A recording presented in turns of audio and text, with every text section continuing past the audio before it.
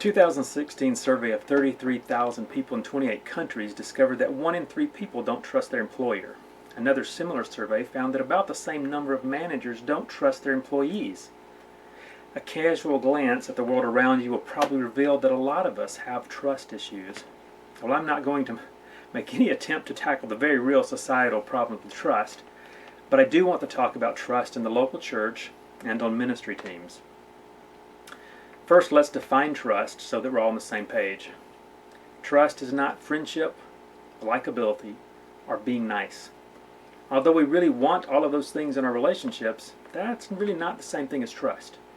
You can like someone and really enjoy hanging out with them and still not trust them to get the work done. Let me give you a few definitions of trust. Denise Rousseau defines trust as a psychological state comprising the intention to accept vulnerability based upon positive expectations of the intentions or behavior of another. So let's go through that slowly. A psychological state. I'd call that a mindset. In this case, a choice to believe. Intention to accept vulnerability. That's easy. My choice to believe may result in personal pain or hurt, and I accept that and still choose to believe. Positive expectation of the intentions or behavior of another. This is the crux of the matter. I choose to believe that your intentions are good. I accept that your words and actions may hurt me sometimes, but I choose to believe that you mean well. So let's rephrase our definition of trust.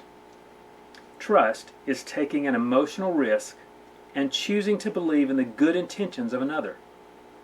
Listen to that. Trust is taking an emotional risk and choosing to believe in the good intentions of another. Now, that's not the only definition of trust that we could come up with. Try this one from a Bible dictionary. Trust, confidence, a reliance or resting of the mind on the integrity, veracity, justice, or friendship of another person. It sounds pretty similar to our definition, doesn't it? Confidence in the integrity of another person to do the right thing. Stephen Covey defines trust as a belief in who a person is combined with a belief in their abilities, a person's character and capabilities. He gives 4 useful components to think about in relation to trust. The first one is integrity. Being honest and having aligned values gives us a foundation for trust. Intent. A person's agenda, their inner motivation, that either calms our fears or makes us suspicious. Capabilities. A person's talents, attitudes, skills, and knowledge give confidence that a person is able to do the job well. Results. This is a person's track record. They've done it before. In a church or on a ministry team, what we desire is vulnerability-based trust. If we are genuinely transparent and honest, we build a relationship that allows each of us to reach our full potential and provides all the support that we need to maintain spiritual and emotional health. Now, I know the very idea of vulnerability scares the life out of most of us, but people who trust each other can be comfortable being open about their fears, weaknesses, and even failures. To be honest, what's the alternative? The alternative is we hide our weaknesses and try to hide our mistakes so that no one looks down on us. We avoid asking for or even accepting help, even when it's obvious to everyone that we could use it.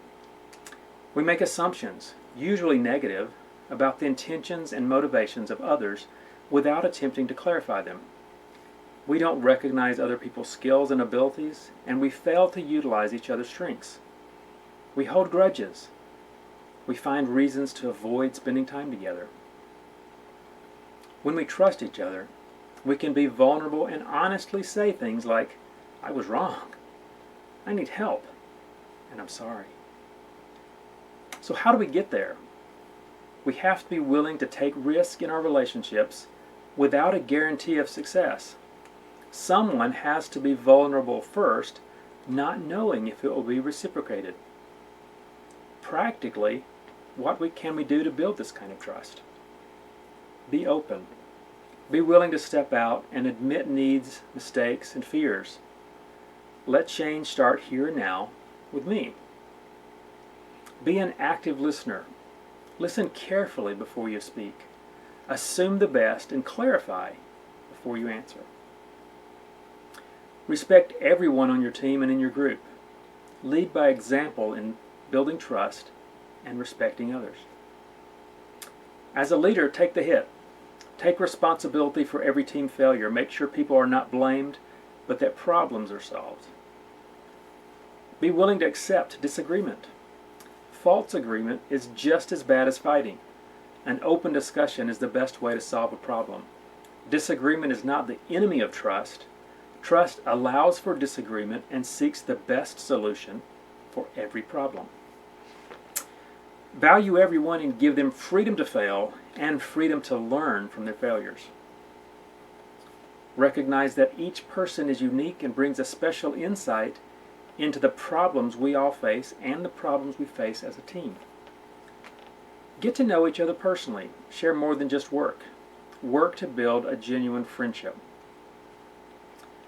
Don't place blame, but work to find solutions to avoid similar problems in the future.